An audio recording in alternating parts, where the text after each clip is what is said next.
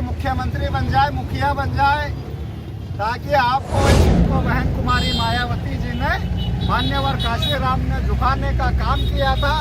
उस समय में 52 में मुसलमानों को भी हिस्सेदारी मिली है, ओबीसीओ को भी हिस्सेदारी। 2024 का ब्लैक पेपर से चुनाव होता है तो देश भर से बहुजन समाज पार्टी 150 के ऊपर खासदार, 150 के ऊपर। राजाओं के राजा छत्रपति शिवाजी महाराज, राजाओं के महाराजा हजरत टीपू सुल्तान,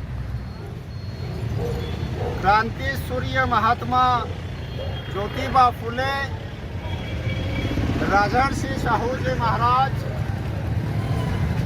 भारतीय संविधान के रचयिता बाबा साहब डॉक्टर भीमराव अंबेडकर, सर सैयद अहमद, रविदास महाराज, शायरों के शायर लोक शाहिर अन्ना भाऊ साठे, बामसेफ DS4, BSP के संस्थापक एवं जन्मदाता मान्यवर साहब काशीराम जी,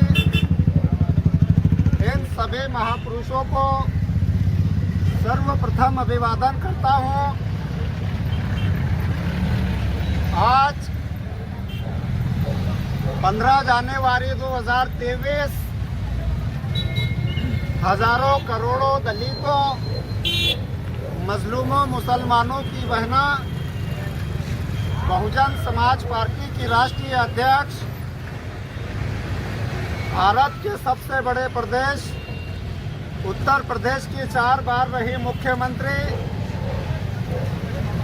अनेकों बार लोकसभा में रही सांसद, राज्यसभा में रही सांसद, सन 2024 की भावी प्रधानमंत्री बहन कुमारी मायावती जी, इनका जन्म 15 जनवरी सन 1956 में उत्तर प्रदेश के अंदर होता है। और आज बहन जी हमारे बीच में 67वां साल उनका पदार्पण हुआ है। आज हमारी सिल्लोड सोयगांव विधानसभा क्षेत्र में संभाजी राजे चौक से लेकर अहिल्याबाई होळकर चौक तक और उसका समारोह बाबा साहब डॉक्टर अंबेडकर चौक सिल्लोड में हमने किया है। इस प्रोग्राम में प्रमुख रूप से उपस्थित बहुजन समाज पार्टी के प्रदेश सचिव जगदीश दादा बेदवे साहब, सिल्लोड सोयगांव विधानसभा के अध्यक्ष संदीप जोगदंडे साहब, सिल्लोड सोयगांव विधानसभा के इंचार्ज संगपाल दादा सोनोने साहब, सिल्लोड शहर के हमारे अध्यक्ष दीपक आवाड़ जी, भिखन सोनोने सर, ज्ञानेश्वर साबड़े जी और दोनों तालुके से आए हुए सभी जिम्मेदार साथियों, आप लोगों को पता ही है कि बहन कुमारी मायावती एक शिक्षिका के रूप में कार्यरत थी। उनकी मुलाकात मान्यवर साहब काशीराम जी से होती है और मान्यवर काशीराम जी उनको कहते हैं कि बहन मायावती जी उनके घर पे जाते हैं और घर पे जाने के बाद कहते हैं कि बहन जी आप जिंदगी के अंदर क्या बनना चाहती है। तो बहन मायावती जी साहब काशीराम जी से कहती है कि साहब मुझे मेरे जिले का DM बनना है, मेरे जिले का मुझे जिला अधिकारी बनना है। तो काशीराम जी कहते हैं कि आपकी सिर्फ इतनी तमन्ना है। तो बहन जी उनको हाँ कहती है। तो काशीराम जी कहते हैं कि मैं ये चाहता हूँ कि आप एक जिले के DM न बनते हुए आप पूरे प्रदेश के मुख्यमंत्री बन जाए, मुखिया बन जाए, ताकि आपको इस उत्तर प्रदेश के सभी प्रदेश भर के डीएम जिला अधिकारी स्लॉट मारे। तो बहन जी कहती है साहब ये कैसे हो सकता है। तो साहब बहन जी से कहते हैं आप दिल में तमन्ना बना लो, ये हो सकता है, ये हो सकता है। तब बहन जी की बात मान्यवर साहब कांशी राम जी के बात से बहन जी प्रभावित होती है और निर्णय लेती है सियासत में जाने का।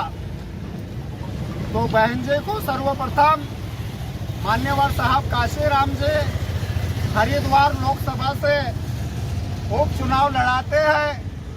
वो उपचुनाव के अंदर बहन जी पराजित हो जाती है, हार जाती है। दूसरी बार लड़ाते हैं, बहन जी हार जाती है। तीसरी बार लड़ाते हैं, बहन जी लोकसभा के अंदर बिजनौर से सर्वप्रथम देश के अंदर लोकसभा के अंदर जाने का काम करती है। उस समय के अंदर खुद बहन जी मान्यवर साहब कांशी राम जी और एक मुस्लिम समाज का हमारा एमके रशीद भाई, ऐसे 3 खासदार हमारे लोकसभा में जाते हैं। और उस टाइम का जो पंतप्रधान श्री टीवी नरसिंह राव, जब उन्होंने 3 खासदारों ने देश भर के अंदर नारा दिया मंडल आयोग लागू करो वरना कुर्सी खाली करो। ये जो ओबीसी रिजर्वेशन का जो मुद्दा देश भर में चल रहा है, आज वो लोगों ने समाप्त कर दिया है। लेकिन उस समय में देश के प्रधानमंत्री को बहन कुमारी मायावती जी ने मान्यवर कांशी राम ने झुकाने का काम किया था। उस समय में 52% रिजर्वेशन देने का काम बहुजन समाज पार्टी के माध्यम से बहन जी ने किया है। और उसके बाद में 3 जून सन 1995 में बहन जी उत्तर प्रदेश जैसे प्रदेश के मुख्यमंत्री बनती है और पूरे प्रदेश भर के कलेक्टर, कमिश्नर, तहसीलदार, ग्राम सेवक, तलाठी, पीएसआई बहन जी को जब सल्यूट करती है तो बहन कुमारी मायावती जी मान्यवर साहब कांशी राम को सल्यूट करती है कि साहब आपने जो बात मुझे कही थी आज वो 1995 के अंदर सिद्ध हुई। उसके बाद में 1997 में दूसरी बार बहन जी मुख्यमंत्री बनती है। 1997 के बाद 2002 में बहन जी तीसरी बार मुख्यमंत्री बनती है। और दुख के साथ ये कहना पड़ता है कि 6 अक्टूबर सन 2009 में बामसेफ डीएस4 बीएसपी के संस्थापक एवं जन्मदाता मान्यवर साहब कांशी राम जी, इनका निधन हो जाता है, इंतकाल हो जाता है। उसके 1 साल के बाद 2007 में उत्तर प्रदेश के अंदर विधानसभा के आम चुनाव होते हैं और आम चुनाव के बाद में 214 सीटों के साथ में फुल मेजोरिटी में बहन कुमारी मायावती वहाँ पे 4थी बार मुख्यमंत्री बनती है। और जिसकी जितनी संख्या भारी उसके उतनी हिस्सेदारी के हिसाब से उत्तर प्रदेश के मांग, महार, चमार, कोड़ी, माड़ी, साड़ी, तेली, तमोड़ी, वडर, घिसाड़ी, कैकाड़ी, बंजारा, मुसलमान, सभी जो देश भर का उत्तर प्रदेश का जो जिसकी जितनी संख्या भारी है उसकी उतनी हिस्सेदारी के हिसाब से बहन जी के शासनकाल में मुसलमानों को भी हिस्सेदारी मिली है, ओबीसीओ को भी हिस्सेदारी मिली है, दलितों को भी हिस्सेदारी मिली है। अब राजनीति के अंदर चढ़ उतार होते रहता है। आज उत्तर प्रदेश के अंदर योगी दूसरी बार मुख्यमंत्री बना है, लेकिन बहुजन समाज पार्टी का कार्यकर्ता, बहुजन समाज पार्टी का मिशनरी कभी निराश नहीं होता है। आने वाले 2027 में बहन कुमारी मायावती पूरे मेजोरिटी के साथ वहां पे सरकार लाने वाली है। आज उत्तर प्रदेश के अंदर इमरान मसूद, अतीक अहमद की पत्नी परवीन शाइस्ता और बड़े बड़े गुड्डू आजम, बड़े बड़े मुस्लिम समाज के नेता, दलित समाज के नेता, ब्राह्मण समाज के नेता यूपी के अंदर बहन जी के नेतृत्व को कबूल करते हुए बीएसपी का दामन थाम रहे हैं। 2027 के पहले 2024 में इस देश के अंदर लोकसभा के आम चुनाव है। तो आज मैं बहुजन समाज पार्टी का एक कार्यकर्ता होने के नाते मैं देश भर के नरेंद्र मोदी सरकार से आह्वान करता हूं, यदि आप लोगों में हिम्मत है तो ईवीएम को बाजू कर ब्लैक पेपर पे इस देश का चुनाव हो। तो मैं दावे के साथ कहता हूँ, जो अटल बिहारी के समय में भारतीय जनता पार्टी के 2 खासदार हुआ करते थे, यदि 2024 का ब्लैक पेपर से चुनाव होता है तो देश भर से बहुजन समाज पार्टी 150 के ऊपर खासदार, 150 के ऊपर सांसद चुनकर लाने का काम करेंगे और बहन जी देश की प्रधानमंत्री बनेंगे। इन्हीं लफ्जों के साथ मैं बहन जी तो एक मुस्लिम समाज का कार्यकर्ता होने के नाते मेरे समाज की ओर से, मेरी परिवार की ओर से और मांझी जिला प्रभारी होने के नाते बहन जी को जन्मदिन के ढेर सारी बधाई देता हूँ। बहन जी आप जियो हजारों साल, साल के दिन हो 50,000।